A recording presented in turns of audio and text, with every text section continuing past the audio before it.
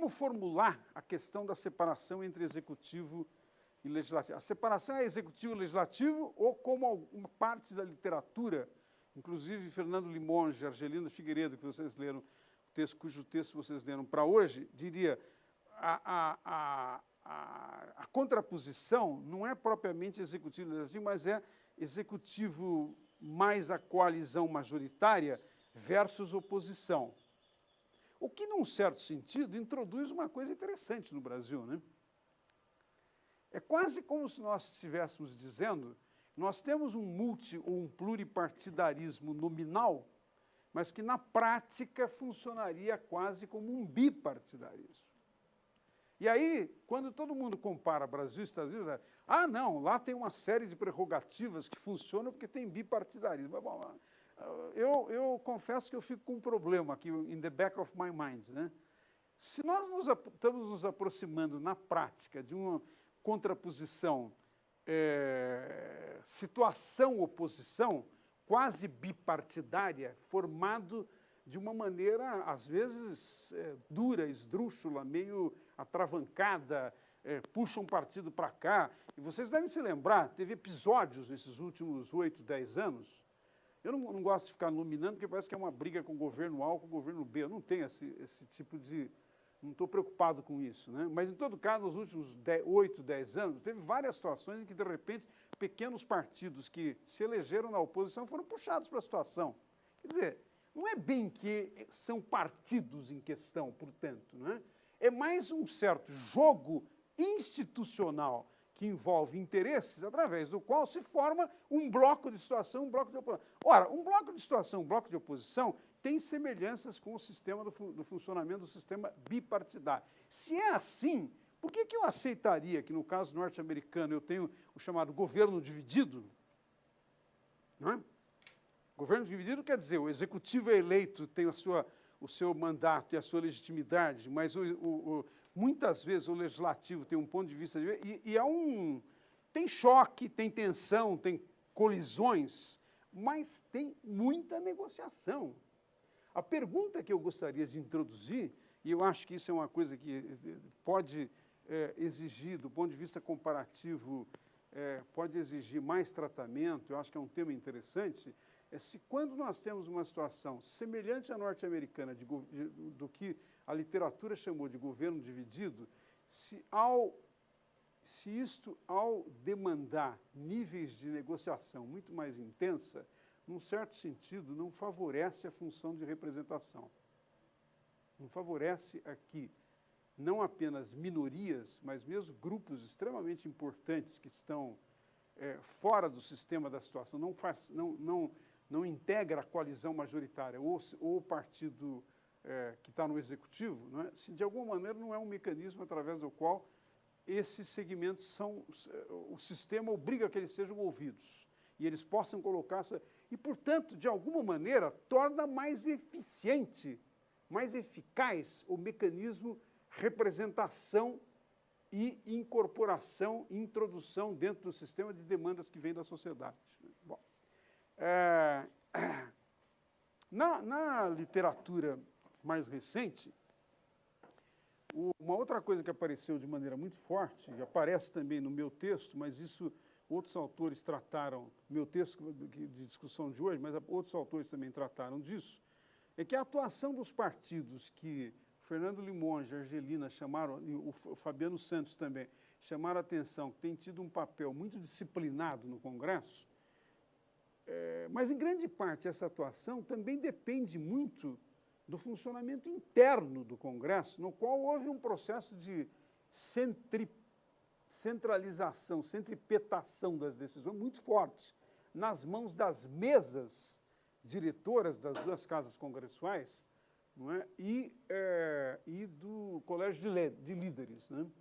Então, aqui há uma ideia de que há uma coisa que apareceu em parte da literatura, de que existe disciplina, existe coordenação da ação dos parlamentares, que em contraposição a uma certa literatura que diriam que eles ficam o tempo todo estritamente voltados para interesses individuais ou interesses regionais, ou digamos assim, pequenas questões locais em contraposição a questões nacionais. Quando você tem disciplina e coordenação, o que alguns dos autores estão dizendo, portanto, isso leva a maior coordenação e, portanto, maior eficiência, né? Mas a crítica que se coloca é se não haveria um caráter enganoso dessa disciplina partidária, devido principalmente ao fato de que as votações sempre resumem uma longa negociação entre a chamada base da coalizão majoritária e os setores que coordenam, né? Então, nesse caso, será que se sustenta essa ideia de uma disciplina muito estruturada, muito enraizada na identidade de partido, ou é um mecanismo de funcionamento do presidencialismo de coalizão, pelo qual, para fazer valer a sua vontade, não é, a coalizão majoritária ou o executivo acaba cedendo, fazendo concessões na negociação. Isso remete, não é, remete para o que alguns autores, a própria Angelina Figueiredo, chamaram de agenda oculta. A agenda oculta, num certo sentido, é aquele momento em que uma série de emendas, uma série de alterações são feitas nas medidas provisórias, em projetos do governo são apresentados, não diretamente, mas o governo apresenta através de deputados ou de parlamentares individuais, para fazer uma tentativa para ver a reação, e se tiver muita reação local ou da opinião pública, o governo retira.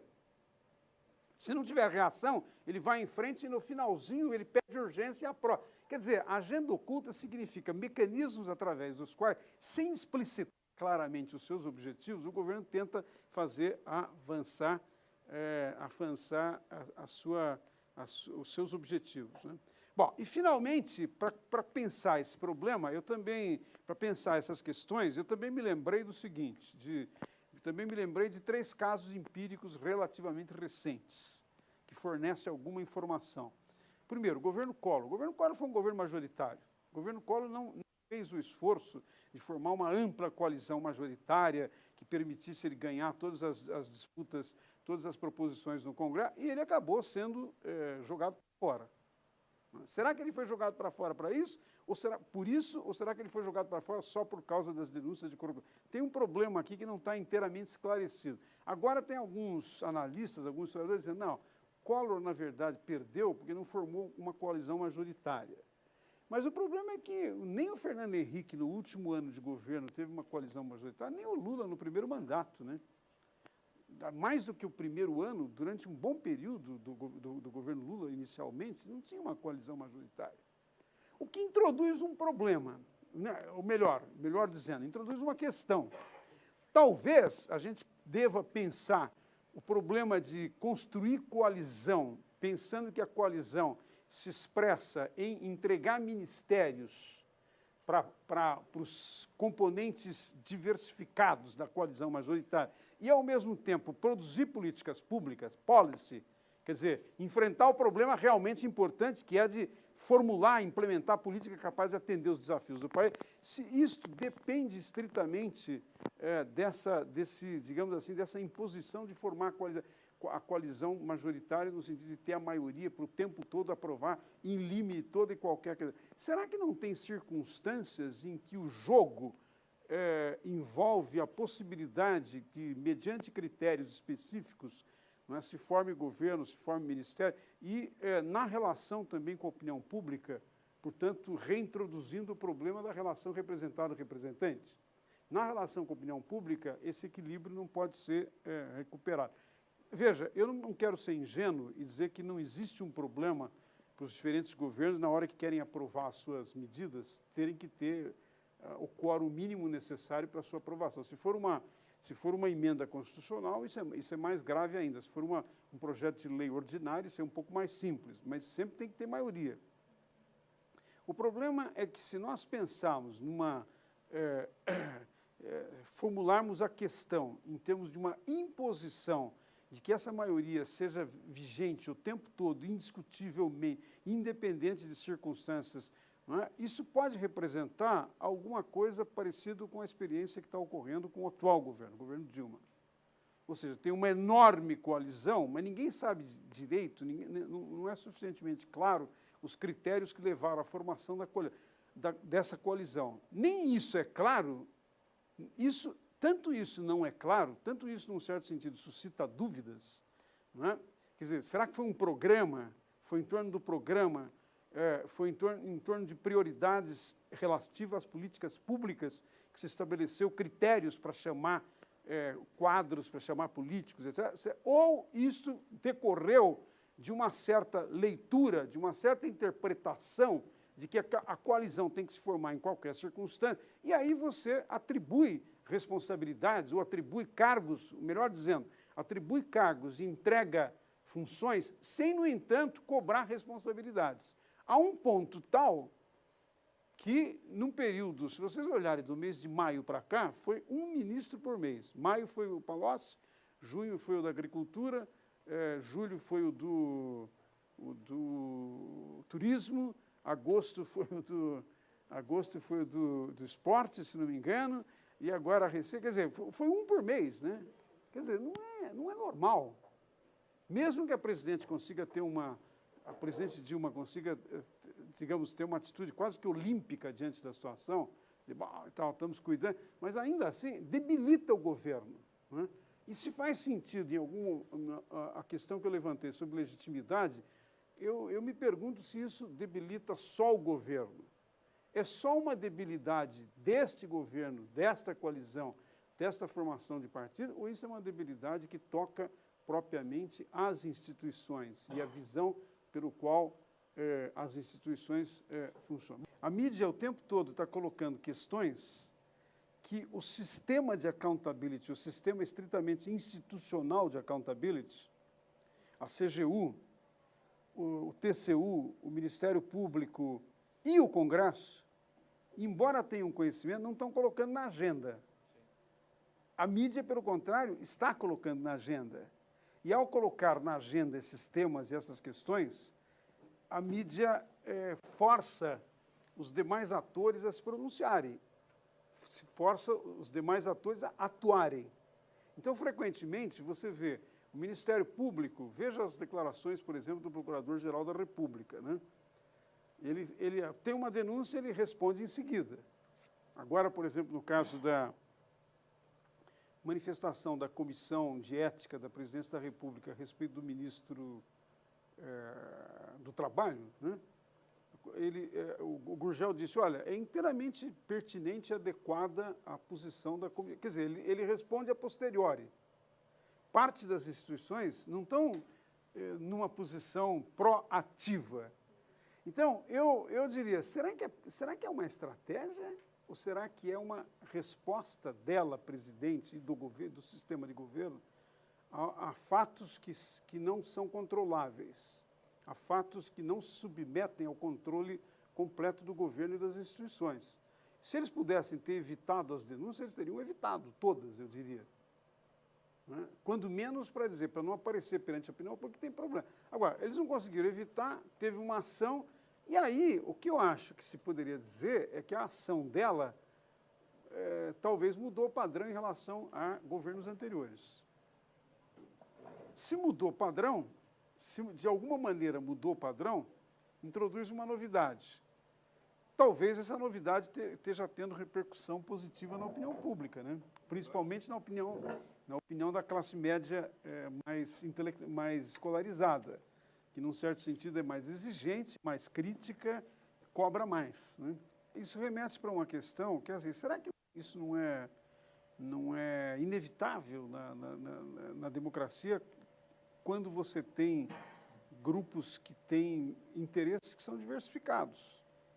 E as pessoas têm interesses, quer dizer, as pessoas, os atores, têm interesses diferentes. E eles, para realizar esses interesses, sempre vão buscar mecanismos através dos quais eles possam ou introduzir na agenda temas que deem conta dos seus interesses ou vetar, bloquear, né?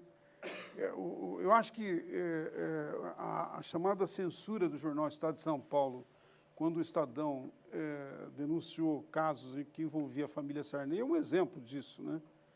É interessante, quer dizer, eu não vi nenhuma análise acadêmica sobre isso, é possível que exista, eu não vi, mas eu acho que seria interessante examinar o que acontece quando você tem atores que alguns diriam parte da oligarquia tradicional, tá certo? Alguns atores que são capazes de mobilizar parte das instituições do mecanismo de accountability, né, para bloquear precisamente um processo que está trazendo à tona uma situação, a denúncia de uma situação que envolve abuso do poder.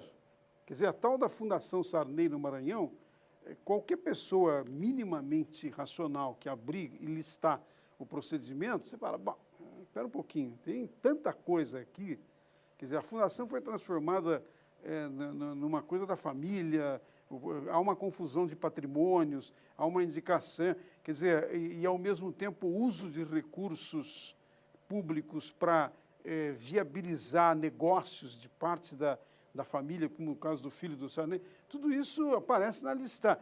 Então, no momento em que isso vem à tona através de uma denúncia, tem um ator que consegue mobilizar uma parte do sistema judiciário e impedir a denúncia, a continuidade. Você poderia dizer, bom, mas a CGU, o Ministério Público, entraram em ação, etc. e tal, então talvez não bloqueou. Mas uma decisão judicial bloqueia o processo de accountability, né?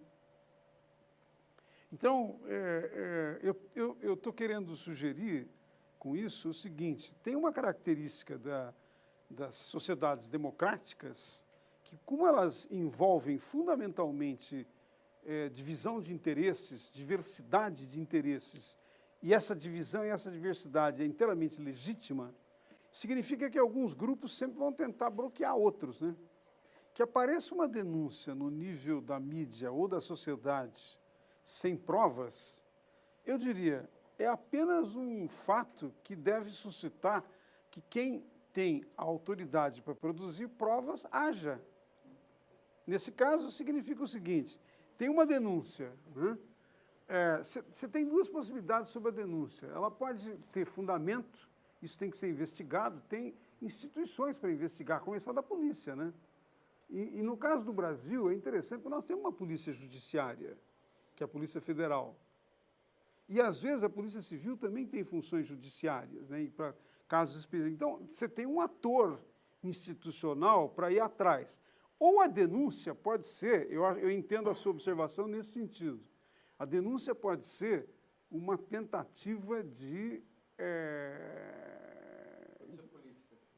pode ser uma manipulação, pode ser uma maneira de, digamos, comprometer um ator, queimar um ator, evidentemente deslegitimar perante a opinião pública. Bom, pode ocorrer, pode ocorrer. A única segurança que nós temos para isso, qual é? O funcionamento do judiciário. Então, eu iria até aí, eu diria, bom, isso é parte da democracia. Não tem jeito. Porque também, vamos inverter a situação, tá certo? Imagine a situação em que, por alguma razão, um repórter ou um jornal tem uma informação de um caso grave através de uma fonte que não quer ser revelada, tem a garantia do sigilo profissional, não é? Mas é uma coisa que envolve, por exemplo, sei lá, vou dar um exemplo hipotético aqui, né? Envolve uma grande negociação em torno de custos de obras da Copa. E aí aparece, tem como a licitação foi fraudada. E alguém tem essa informação. Não trazer isso para a mídia e a mídia não colocar para a opinião pública, eu não sei, o que é mais grave, né? Quer dizer, o que eu quero dizer com isso é o seguinte, eu acho que nos dois casos tem riscos. Agora, o risco maior do ponto de vista dessa preocupação que a gente vem discutindo, da democracia e da sua qualidade, o risco maior seria não aparecer nem a denúncia, nem eventualmente o fato de que a denúncia foi motivada por manipulação. E, portanto, a manipulação do ângulo político tem que ser objeto de tratamento judiciário, né? do judicial. É um crime, né? Nos dois casos, eu diria, talvez o problema maior é que não aparecesse. Do ponto de vista teórico, do ponto de vista da definição da democracia, é muito claro, a finalidade do governo é essa. Quer dizer, os americanos até colocaram na primeira Constituição the pursuit of happiness, né? A ideia de que a finalidade do governo é criar as condições para que as pessoas possam ser felizes, né? O que não é pouco. É uma enorme, é uma pretensão enorme. Tá certo? Agora, eu diria, isso é a finalidade do governo. Não é? Agora, mas uma outra coisa diferente, João, é o seguinte, é que, no entanto, como você está numa situação em que a natureza humana não é perfeita, ela não é porque você tem um objetivo racional e bem desenhado que a ação será sempre compatível. Exatamente porque a natureza humana é imponderável, você tem que introduzir normas, regras e mecanismos do quê? Em primeiro lugar, de agilização dessa função do governo, de efetivação, de implementação. E, em segundo lugar, de controle sobre o modo como isso é exercido. São dois... Né? Então, no primeiro caso, nós estamos falando da função do governo no que diz respeito à formulação e implementação de políticas públicas. Um dos critérios mais importantes de formulação de política pública é que você tem que planejar. Envolve planejamento, entendendo por planejamento uma relação entre recursos disponíveis e o objetivo a ser realizado. Você tem que estabelecer prioridades. Não dá para me fazer tudo. Então, bom. Agora, uma segunda questão é como isso é controlado. Todo o objeto da nossa discussão foi em torno da questão do controle. Por quê? Porque, num certo sentido, esse controle, ele facilita ou não que a realização da ação de governos dê conta de direitos que estão inscritos como a finalidade principal da democracia. A punição política de quem não executa suas funções, ela é atribuída ao parlamento. E a punição de crimes, não é, de malfeitos ou crimes, é atribuída à justiça. Você tocou num ponto que é extremamente importante, porque se refere ao problema da impunidade, né? Da impunidade que tem prevalecido no caso brasileiro, principalmente, mas não só no caso brasileiro. Claro que aqui tem um problema de comparação. Se a gente adotar um mecanismo comparativo é interessante, porque vai aparecer em alguns países que também tem corrupção, né? Mas que, no entanto, você tem, por um lado, instituições capazes de flagrar as situações, denunciar e proceder judicialmente, né? E tem penas. E no caso brasileiro, eu diria que aqui, para não ser totalmente pessimista, eu diria o seguinte, de 88 para cá, nós avançamos muito na direção de constituir um sistema de accountability e de, digamos assim, de fiscalização de controle da corrupção. O que nós não temos, e isso eu dou razão para você, eu não tratei disso no curso, é uma matéria a respeito da qual eu tenho bastante interesse, mas eu também tenho insuficiente conhecimento, né? É que nós temos uma situação em que o marco jurídico, você vai me confirmar ou não, o marco jurídico para punir a corrupção é insuficiente. Haja visto que você tem, por causa da presunção de inocência e uma série de coisas assim, você tem um sem número de possibilidades, de recursos, que significa que mesmo alguém, em relação a quem se produziu um certo volume de evidências, e num primeiro julgamento foi condenado, tem tantas possibilidades de ir para instância superior, de recurso, etc., etc., etc., que acaba, digamos assim, tornando ineficiente a medida de punição. Ou seja, eu diria, de uma maneira modesta, mas eu diria o seguinte, esse é um tema que toca no tratamento do curso, no que nós chamamos o primado da lei e a eficácia da lei e a submissão dos cidadãos à lei. Só que nós temos um problema aqui, a lei é insuficiente. O que nós estamos dizendo é isso, a lei é insuficiente. A lei é insuficiente. A lei precisa ser modificada. E é preciso que haja, para isto, em primeiro lugar, um Congresso autônomo, atento e particularmente voltado para aperfeiçoar esses mecanismos. E você precisa ter partidos, e você precisa ter oposição, né, para poder produzir isso. E você precisa ter iniciativas da sociedade. Talvez, eu não quero finalizar isso, mas eu digo, talvez nós estamos agora na primeira fase de um processo em que a tentativa de mudar o marco jurídico está começando. Por um lado, o melhor exemplo que eu poderia dar é o da lei da ficha limpa, que aparentemente o Supremo finalmente vai votar e há indicações que ele vai aceitar, ele vai legitimar.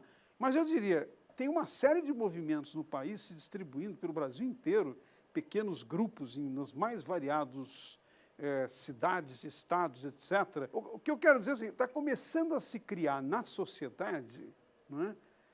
A exemplo do movimento da ficha limpa, está começando a se criar na sociedade uma série de iniciativas que derivam da percepção de que a corrupção é um problema, que ela afeta a qualidade da democracia, mas que, para poder ir adiante, precisa modificar as leis. Não basta ter a lei, é preciso que os mecanismos da justiça, é preciso que a instituição judiciária funcione bem, funcione adequadamente. Então, você tem um problema aqui de administração e de funcionamento da instituição. Quer dizer, demorou muito, tem nepotismo, tem uma mistura entre o poder privado e o poder público. Todas essas coisas limitam o papel da justiça e limita a capacidade dos mecanismos judiciários não manter a impunidade, mas, ao contrário, criar uma cultura aonde é cabível, de punição. Tem que punir, né? Pisou na bola, usou dinheiro público, tem que punir, não tem jeito. É assim que foi feito nos outros países.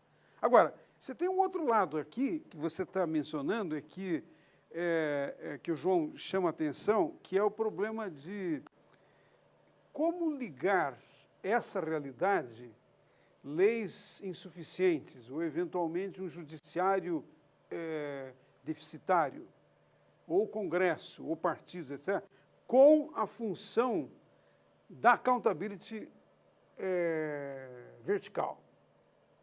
Eu acho que tem dois problemas aqui, particularmente se a gente levar em conta que a sociedade brasileira, aproximadamente 2/3 do eleitorado brasileiro, ou é analfabeto, ou não tem o primeiro grau completo, ou tem o primeiro grau completo, ou não tem o segundo grau completo. 60 e poucos % é formado, tá certo? Então, é evidente, isso não quer dizer que as pessoas não sabem votar, mas quer dizer que elas têm insuficiente informação e recursos de formação para analisar criticamente a situação. Então, ninguém no povão acompanha um processo que demora 10 anos, ou no caso do Maluf, 30, 40 anos. Os processos vão, voltam e tal, você não sabe bem o que está acontecendo, está sendo julgado fora do Brasil, foi punido, não foi... Bom, ninguém acompanha, ninguém tem essa... Então, eu diria, essa é uma situação que chama a atenção para um problema. Eu estou de acordo, nós também tratamos insuficientemente durante o curso. Estou de acordo com isso, é que não dá... Não, mas toda crítica é boa. Porque o tempo que é o seguinte, é o papel da oposição. Veja bem, tem uma coisa extremamente interessante, que eu apenas mencionei isso quando falei do Robert Dahl, algumas vezes que eu mencionei o Dahl, né, principalmente o livro dele sobre a poliarquia e as oposições. Mas tem uma coisa no sistema democrático, para fazer funcionar a accountability vertical, supõe que os eleitores estejam sabendo o que está acontecendo. Então, no caso da Dilma, esse exemplo que você deu, que é extremamente interessante, não é? Ela aparentemente está reagindo às denúncias e na opinião pública está subindo. A opinião pública não percebe, não tem suficientemente informação de que, em muitos casos, a escolha desse ministro foi dela, a responsabilidade é dela. Tem que ter critérios para escolher. E não é assim, você escolhe um cara que estava envolvido com as ONGs, etc. Quer dizer, isso não é uma coisa que aconteceu por acaso, só pela lógica da formação da coisa. Tem responsabilidades do governo. Agora, as pessoas não sabem disso, as pessoas não estão informadas e não têm suficiente percepção das consequências, das implicações. Como é que se resolve isso? Só tem uma maneira de resolver. Papel da mídia, por um lado.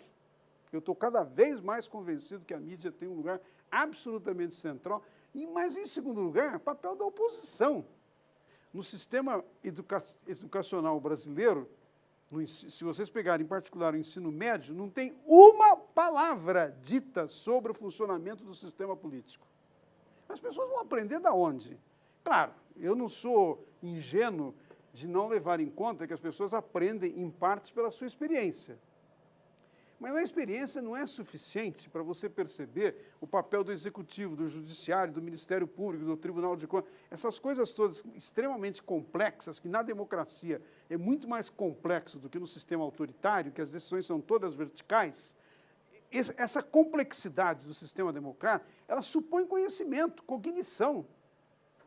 Nem o sistema educacional, nem os partidos estão fazendo esse papel de dar essa cognição, de oferecer essa oportunidade de conhecimento. Tem algumas instituições da sociedade civil, às vezes religiosas, que fazem isso. Nem sempre isentas, porque às vezes mistura a apresentação do sistema político também com interesses propriamente do grupo religioso que apresenta. Então, eu acho que nesse sentido, nós estamos numa situação precária no Brasil.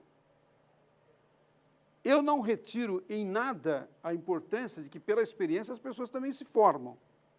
Claro que isso é uma coisa extremamente importante. Você vota uma vez, vota outra vez, você bate na porta do judiciário, você vai na delegacia de... Todas essas coisas, de alguma maneira, são elementos de cognição. Mas o sistema democrático é extremamente complexo e eu acho que exige mais. Você precisa de formação. Então, parte da questão que você está levantando, extremamente importante, eu acho que ela é, se a gente fosse desdobrar, ela é dependente, numa chave possível para apresentar o problema da accountability vertical, né? O eleitor tem que, por um lado, ter oportunidade de formar a sua convicção, a sua opinião, e para isso informação é muito importante, mas é insuficiente, não é só a informação. Em segundo lugar, tem que ter uma oposição. A oposição tem que estar o tempo todo levantando uma alternativa e dizendo, olha, as pessoas não gostam da experiência do shadow cabinet inglês, né? Diz, não funciona bem porque o Brasil não é um parlamentarismo. Eu acho que os líderes que querem substituir o esquema de coalizão majoritária atual, os líderes que se propõem como alternativa, eles deveriam estar dizendo de público como é que eles pretendem constituir os próximos governos, como é que eles pretendem fazer o recrutamento dos ministros, que critérios serão. Quer dizer, essa alternativa tem que aparecer para que as pessoas vejam, bom, aqui é feito assim, naquela outra situação tem tais e quais oportunidades, abre tais e tais. Se isso não for feito, como é que as pessoas vão fazer escolhas? Elas vão tender, em parte, a aceitar o efeito das personalidades, que é uma coisa muito importante da nossa tradição, que centraliza muito no papel das pessoas no exercício da atividade política, né? Uma parte da chamada sociedade civil, ao invés de atuar como um elemento ao invés de resguardar uma certa autonomia e eventualmente atuar proativo a favor do governo ou digamos, reativamente quando se trata de crítica, né, na medida em que tem um elemento de cooptação, de trazer para dentro do Estado, né, o papel dessas instituições, perde a eficácia no que diz respeito à accountability social ou societal. O que significa que a questão permanece. A questão permanece, né?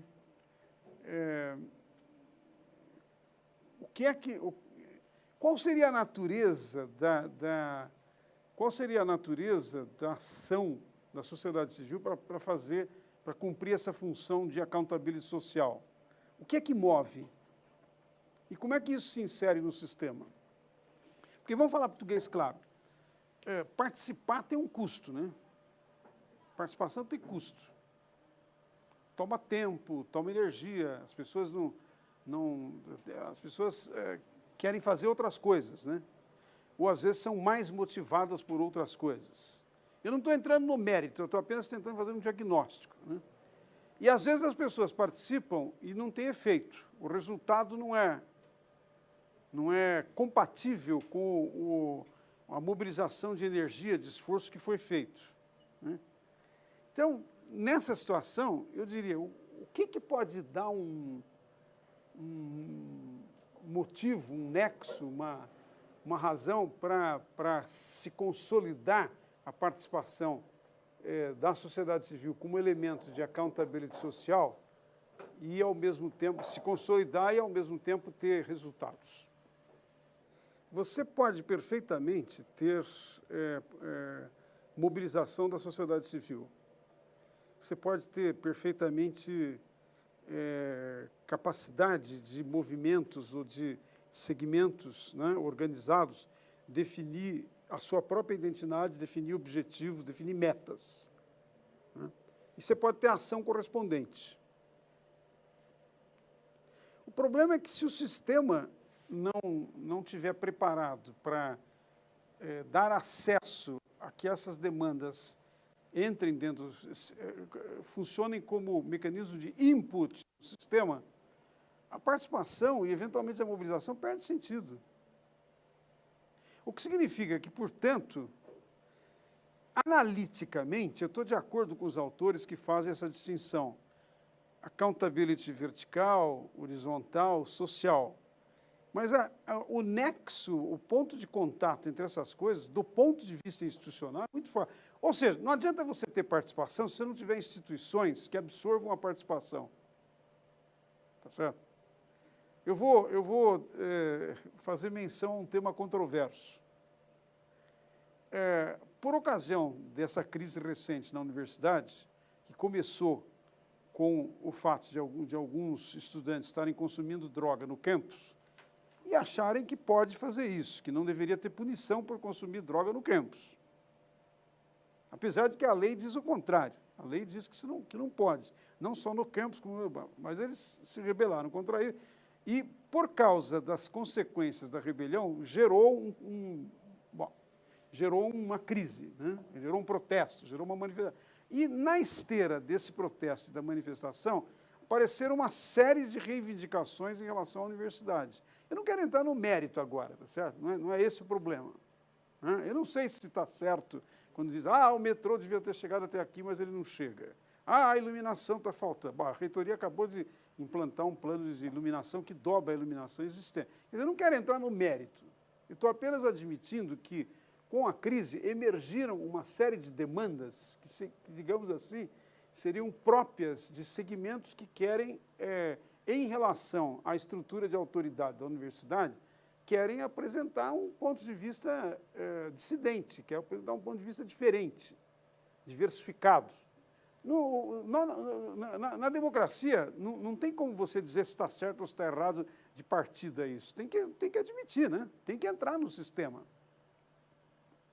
O que, de certa maneira, uma parte dos estudantes que estão protestando, não só os mais radicais, etc., que estão constituindo o movimento, mas alguns que estão apoiando na margem, eventualmente aparecem nas assembleias, mandam mensagem. O que, num certo sentido, as pessoas estão dizendo é o seguinte: a estrutura de poder na universidade não abre a possibilidade dessas demandas chegarem. Não abre. De novo, eu não quero fazer uma discussão de mérito, não estou dizendo que abre ou não abre. Eu estou dizendo, mas essa é a demanda. A percepção de algumas pessoas é essa, né? O que significa que as pessoas não se dispõem a participarem dos conselhos, ou participam, mas não acreditam que a sua presença e a sua participação nos conselhos, nos colegiados, pode ser um mecanismo através da qual elas podem trazer para dentro do sistema a demanda.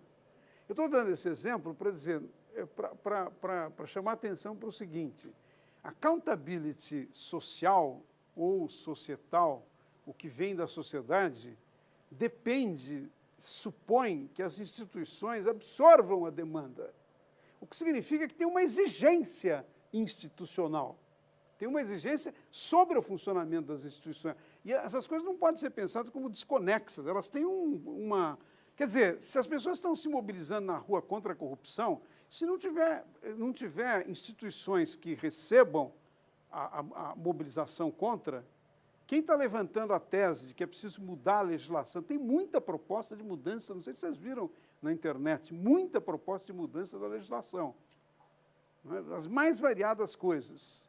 Deputado não pode ter mais que 2 mandatos, deputado não pode ter aposentadoria paga pelo Congresso, tem que ser igual a qualquer... Tem uma série de coisas que todas elas vão na direção de...